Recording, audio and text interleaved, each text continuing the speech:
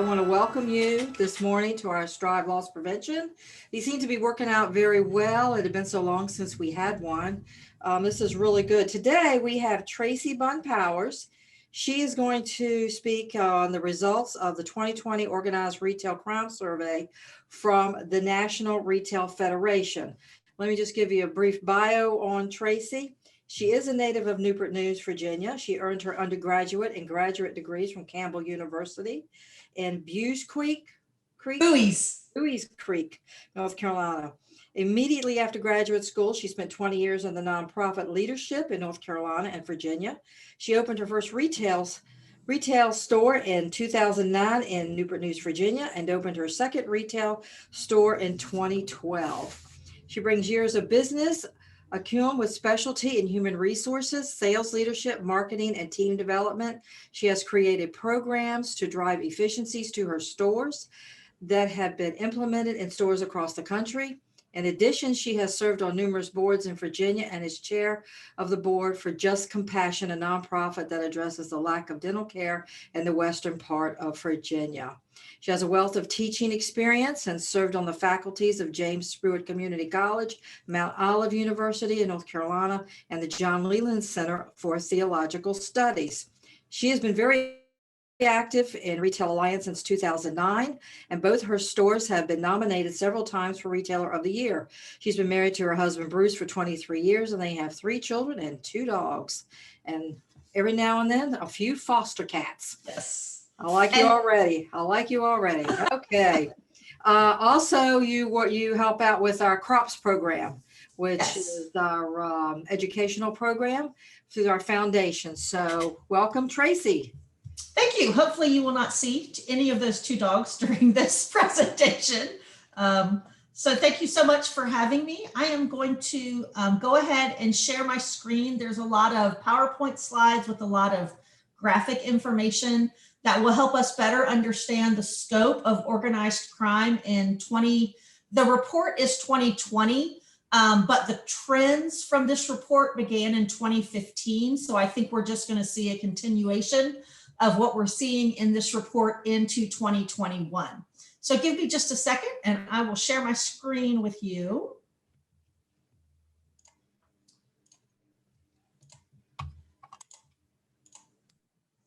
And we'll get this going. Okay, so as Beth said, this report was developed in 2020, and it is a benchmark study on how organized crime has impacted the retail industry. The annual Organized Retail Crime Survey focused on the scope of current organized crime activity, retailers, resources for fighting it, and the overall impact on the industry. And so to give an idea of the scope of the study, they surveyed 61 retailers. So this is in no way like 100% complete with what's going on, but I think they used 61 bigger size retailers to kind of show the scope of what is going on. So before we dive in, I just wanted to share the definition of what organized crime is. And as we go through the survey, you will begin to understand why there is a very big push for the definition to be updated. So the current definition, and this is a little bit long, is that organized crime involves the association of 2 or more persons engaged in illegally obtaining retail merchandise in substantial quantities through both theft and fraud as part of an unlawful commercial enterprise. The primary objective of these professional crime rings is to steal from retail organizations for the purpose of turning retail product into financial gain rather than for personal use.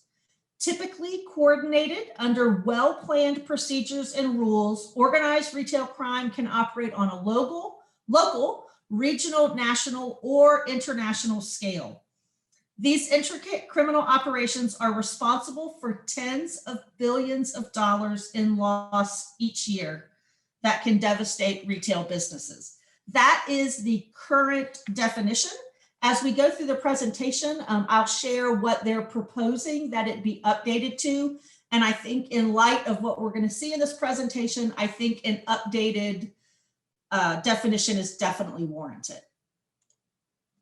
So here are some key findings that they found in their research of this issue. So the first one is that organized retail crime costs retailers an average of $719,548 per $1 billion in sales.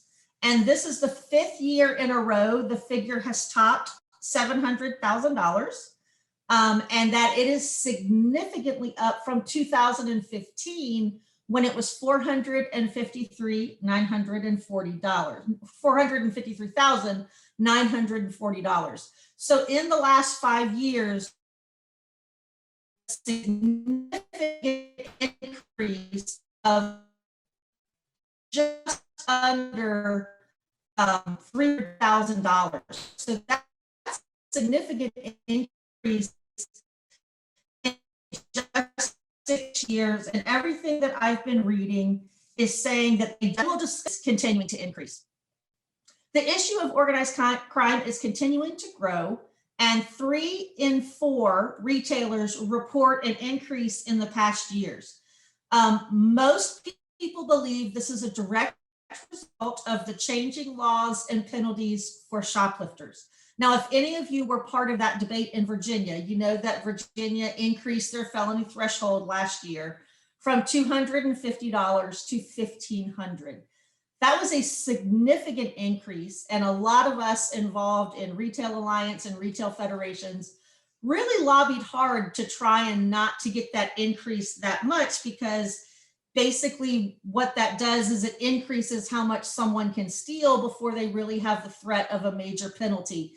And you will see all throughout these slides the impact of those increased thresholds throughout the country. It really did become a hot topic. A lot of states in the last couple of years have increased their felony thresholds, and all it's done is made organized crime and shoplifters able to steal more before anything of significance will happen to them. Many states have increased the threshold of what constitutes a felony, and it did have the unintended consequence of letting people get more without being afraid of stronger penalties. Nearly 2/3 of retailers report they have seen an increase in average organized crime cases in their state. The industry is still supportive of a federal law. So I did not know this until I was preparing for this presentation, but there is no federal law regarding retail organized crime. It's all state by state. So one of the things organized crime knows to do is to cross state lines, because there's just kind of this loophole where there's not a coordinated federal response yet to organized retail crime.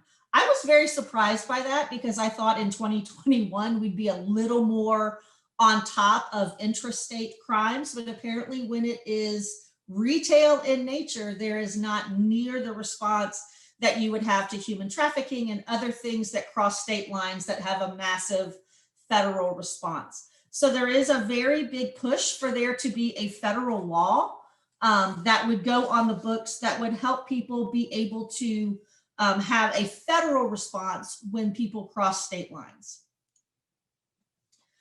So as we talked about, it's $719,554 per billion in sales. And for the big picture of that, that's over $30 billion a year in loss due to organized retail crime. To me, that's a huge number. And to me, it gives even more reason for us to have effort into a federal response to this. Of the people they surveyed, you can see that over 75% of them said in the last 12 months, they have seen either a slight increase or a significant increase in organized crime in their stores. 24% said they've seen no change, and 2% say they've seen a slight decrease. So very clearly, the trend is escalating. The trend is that organized crime is getting more organized, they're getting better at what they do, and that they're impacting the retail industry in more ways than I think a lot of people think about. So I did want to just mention in this statistic, what are the different types of organized crime? With the onset of online shopping, with the onset of the internet, with the onset of credit cards being processed online, of course, there's a whole new area of organized crime that is technical in nature. So here are some of the things that make up organized crime: sophisticated fraud schemes, deep supply chain theft, identity theft. That's a huge one because they're now getting into companies' databases and stealing credit card information.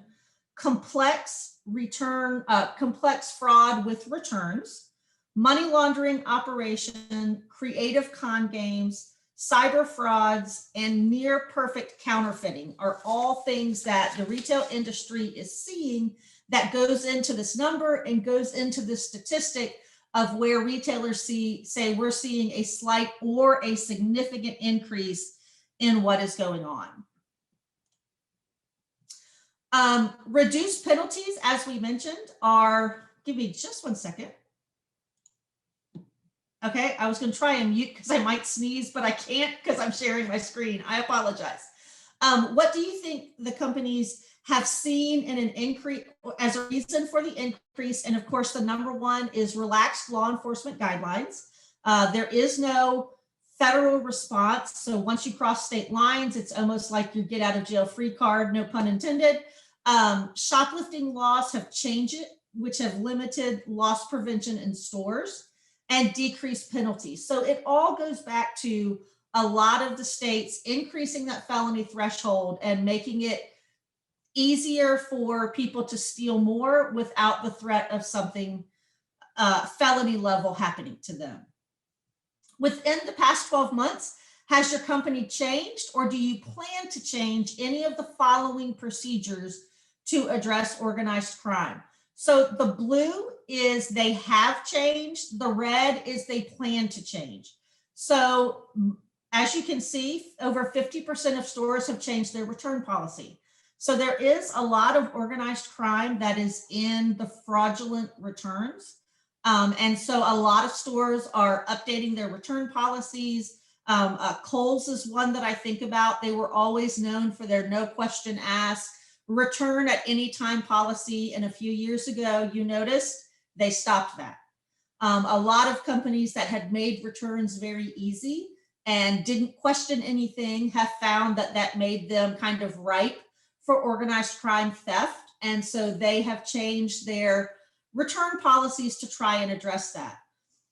About 45% have changed their point of sale policy. So how they're processing payments. I know a lot of stores several years ago would do payment over the phone. And as we all know, as retailers, all the credit card guidelines changed. All of the burden became put on the local merchandiser or the local retailer.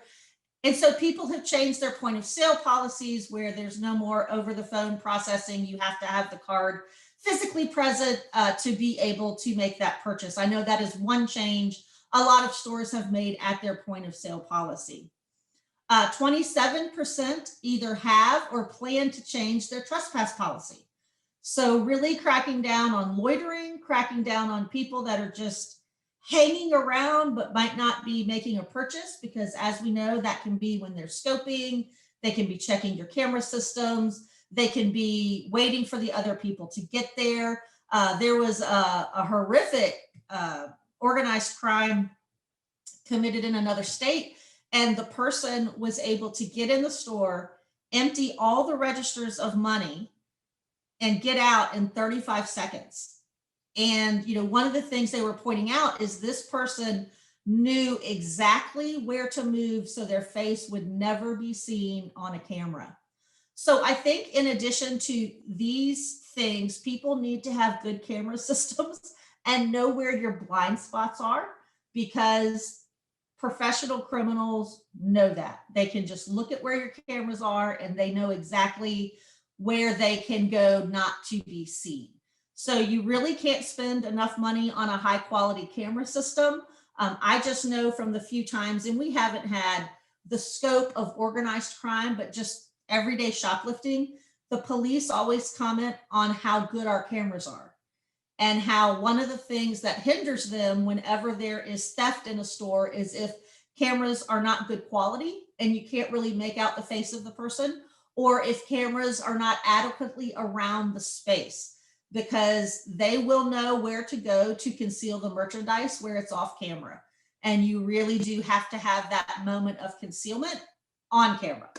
So, and the last thing, 14% have and 14% are changing how they screen employees. So those are some things that retailers are trying to do to combat this. These are some easy things they're implementing in their stores to try and make sure they are being as preventative as possible. One of the interesting things that I think also goes into some of this data is that a lot of the big box stores who have been struggling the last several years, one of the places they have cut to help the bottom line is their in-store loss prevention people. So you almost have the perfect storm brewing where organized crime is actually increasing. Brick and mortar retailers are feeling the pinch to make their bottom line bigger. And so one of the places they're cutting are the people that would be combating this in store. So the efforts to fight the risk, 61% of respondents say their company is prioritizing organized crime more now than it has 5 years ago. And that would make sense because the amount per billion has not doubled, but it's getting close to doubling in 5 years. 52% of respondents say their company is allocating additional technologies to address this risk. So that would be point of sale, that would be camera system, that would be policies, anything that would help from the technology side to protect against this. And 36% of respondents say their company is increasing its annual loss prevention budget. So while you have a lot of the big box stores cutting back, 36% of respondents are saying this is somewhere we're going to have to invest more money.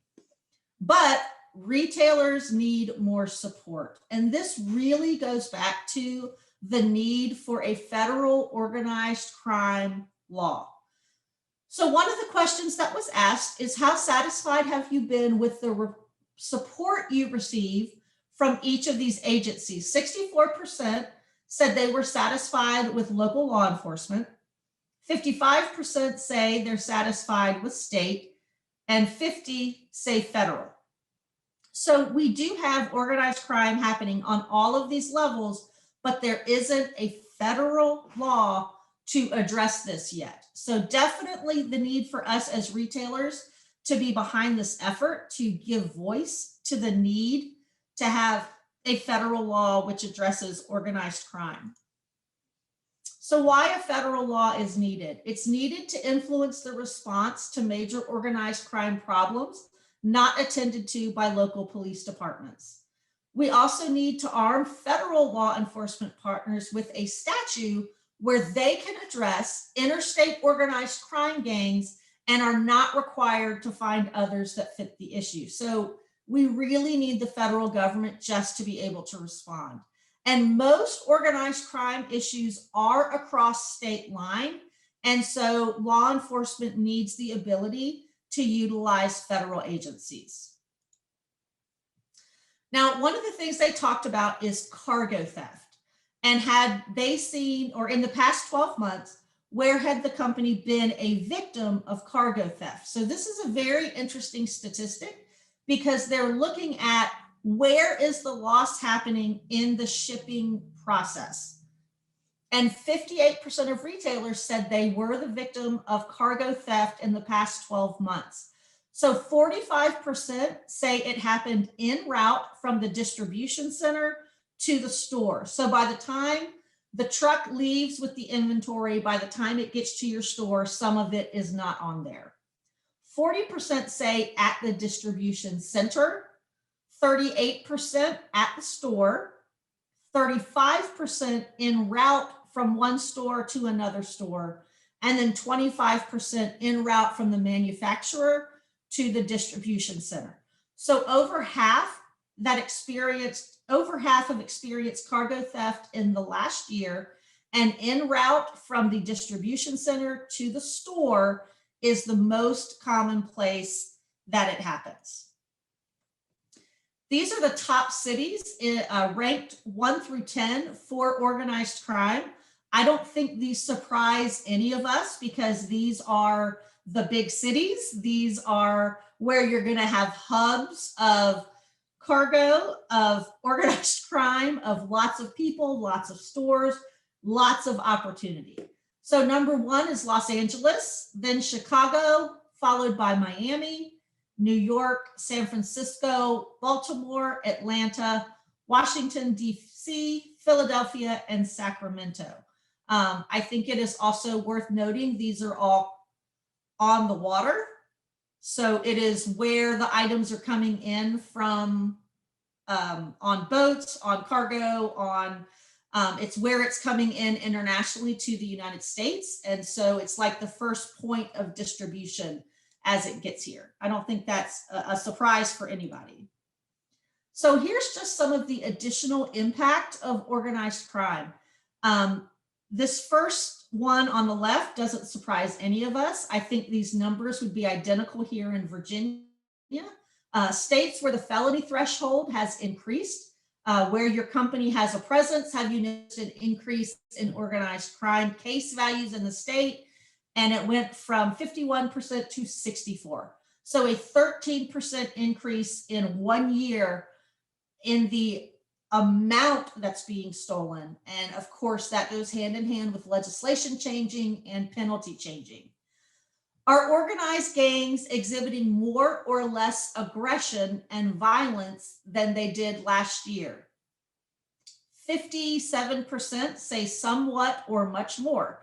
So over half of the stores are reporting an increase in the violence level in store when this stuff is happening.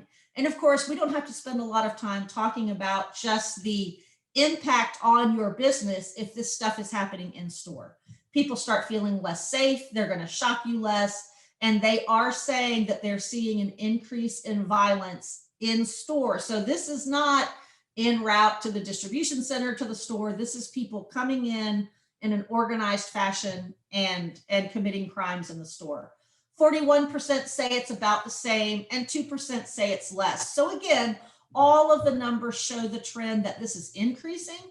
This is becoming a bigger problem, not a smaller problem. And here's the amount of recovered merchandise. So they asked, within the past 12 months, has your company experienced booster selling merchandise, returning it for merchandise credit or gift cards, then selling the merchandise, credit, or cards to a secondary market? So this is part of that fraudulent, hey, we come in, we return something, we get a gift card, but we never owned the thing we returned, and now we sell the gift card to get money. So 2018 is the first number, the dark gray. 2019 is light gray, and 2020, the blue, is 2020. So 59% in 2020 said, yeah, we found that stuff on a website. So people came, they got whatever they got fraudulently, and then they're reselling it on a website. eBay and things like that really don't help. There is a whole online market for people to put things on now. You know, it's no longer the guy in the trench coat opening it. It's all these gold watches. You know, they just go online and they list it, and it's very easy for them to sell. 20% found items in pawn shops. 6% found them in check cashing stores. And this is of the recovered merchandise. Remember, they don't recover all of it, but of the merchandise that's recovered, this is where it's being found. 9% were other venues. 30% said no, they hadn't been able to recover, or they weren't sure.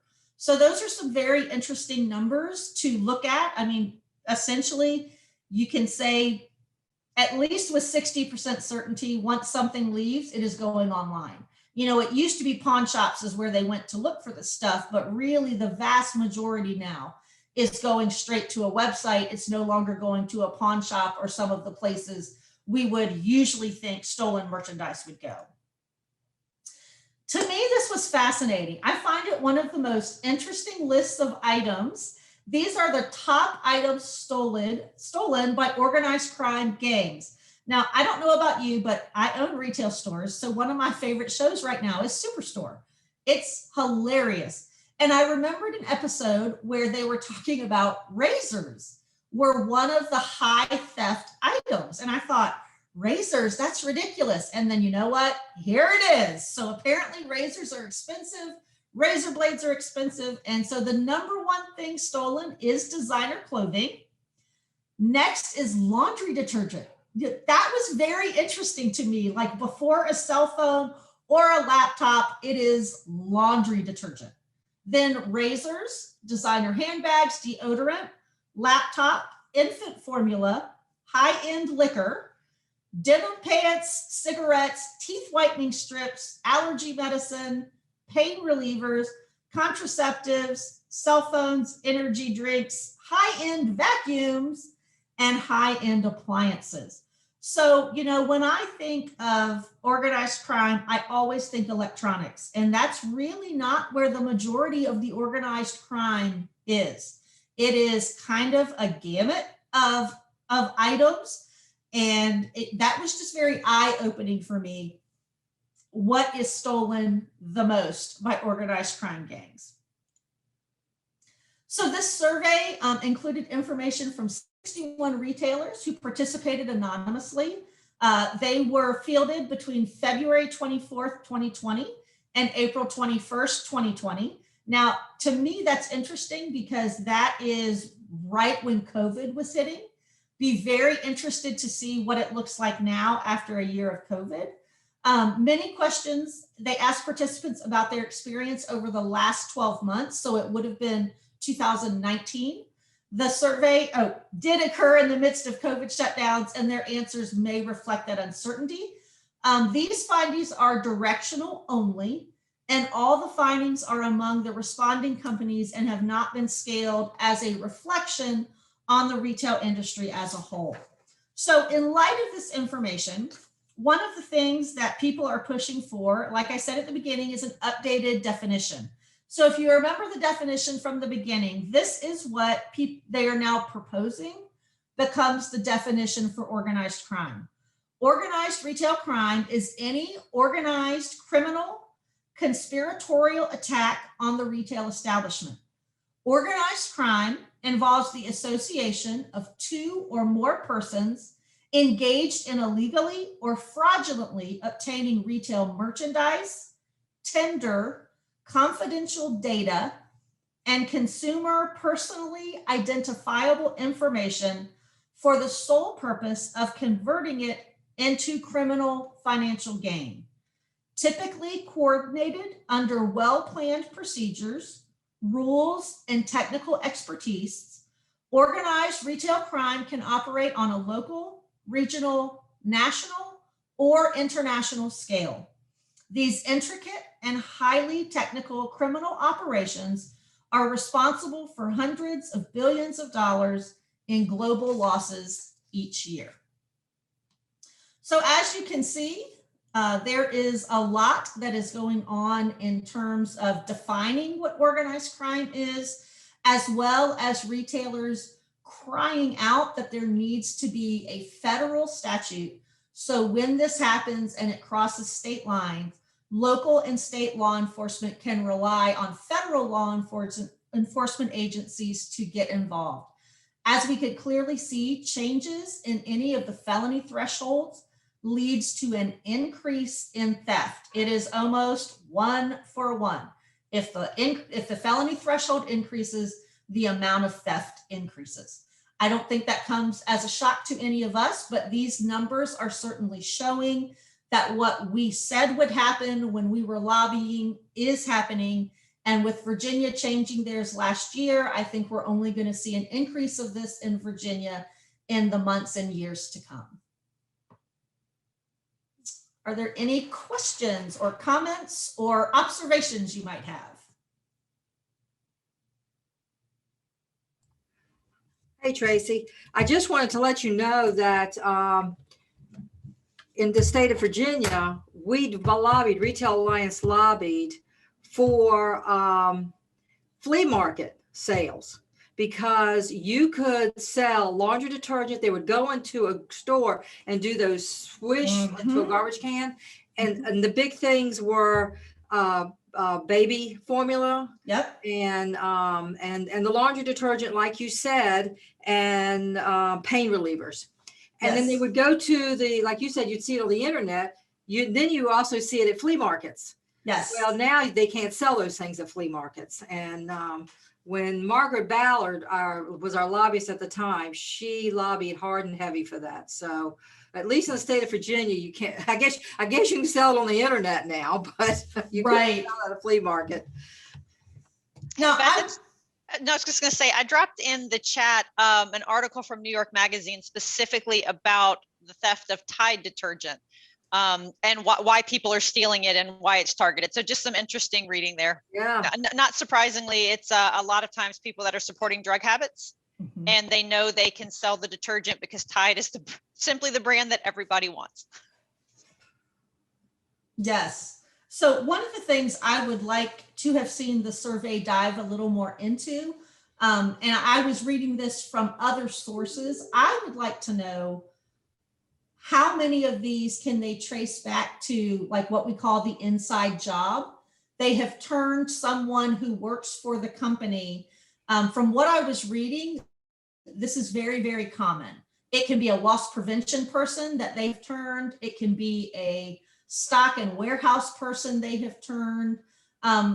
There's a lot of different places people can go, but from what I was reading, the vast majority of the times it's an inside job. There's someone on the inside helping facilitate this, which would explain how the vast majority of it is distribution center to store. So you've got, we talk about, oh, that box fell off the truck. It's not just a saying. There are people that are helping facilitate this where it never actually makes it from the distribution center to the store shelving, and they tend to be employees on payroll. So I would love for the Federation to study what % of these can they trace to someone on the inside that had been turned by the organized crime organizations, because apparently, no surprise here, they pay well. But when you have something that accounts for $30 billion a year, they've got the money to do it, sadly.